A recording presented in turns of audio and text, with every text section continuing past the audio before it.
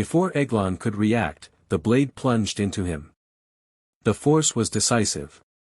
The king fell, and the dagger disappeared beneath his flesh, swallowed by the very excess that symbolized his reign. Israel had once again drifted from the ways of the Lord, and the land groaned under the weight of consequence.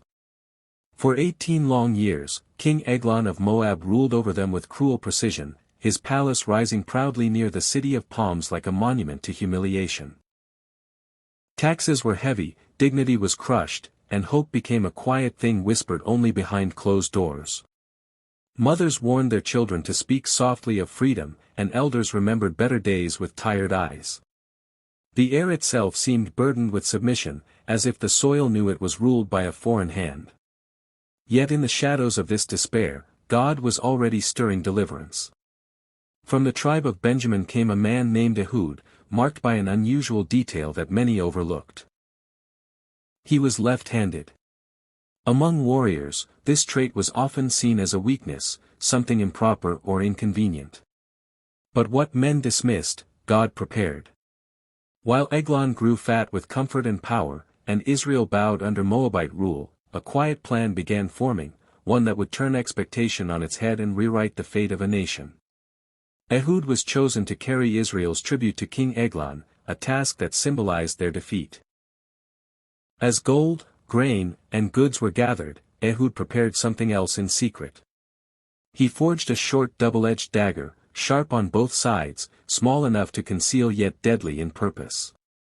Unlike the long swords of right-handed warriors, this blade was crafted for his left hand. He strapped it beneath his clothing on his right thigh, an unusual place no guard would think to search.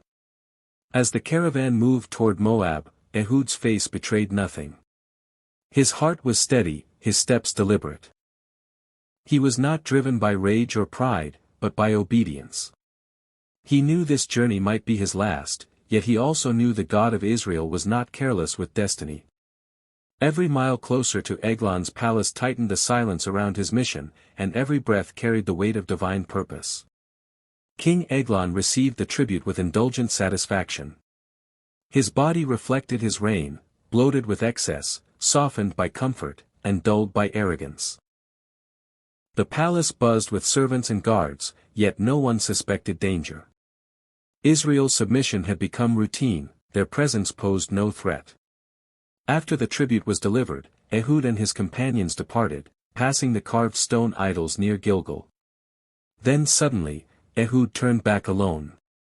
His decision was swift but calculated. Returning to the palace, he requested a private audience, declaring he bore a secret message for the king. The guards, amused and unconcerned, ushered him into the cool upper chamber where Eglon rested. At the king's command, the attendants withdrew. The doors closed. Silence fell.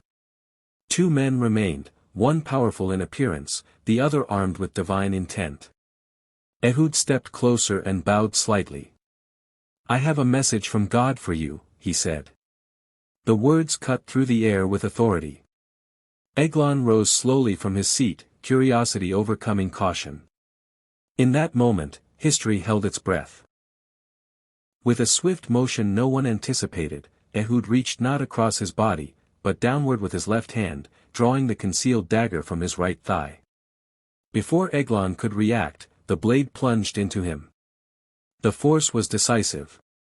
The king fell, and the dagger disappeared beneath his flesh, swallowed by the very excess that symbolized his reign. Ehud did not linger.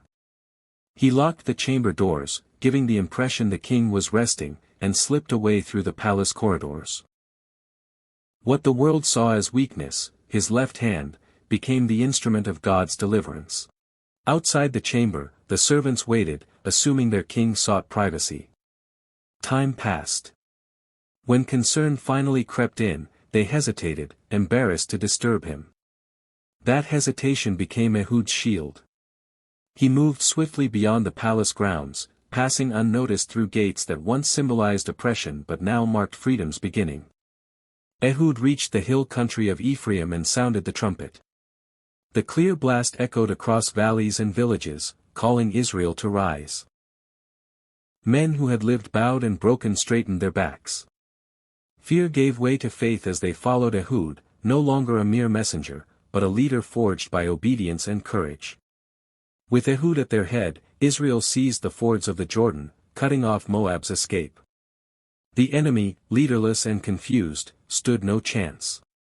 Strength returned to Israel not merely through battle, but through unity and renewed trust in God. 10,000 Moabite warriors fell. Strong men who once inspired fear now lay defeated. Victory was complete, not because of superior weapons or numbers, but because God had orchestrated every detail. A left-handed man. A hidden dagger. A moment of divine timing. What seemed insignificant became unstoppable when surrendered to God's purpose. Moab was subdued, and peace returned to the land. For 40 years, Israel rested from war. Fields flourished, children grew without fear, and stories were told around fires of how God saved his people through unexpected means. Ehud's name became a reminder that deliverance does not always come in familiar forms.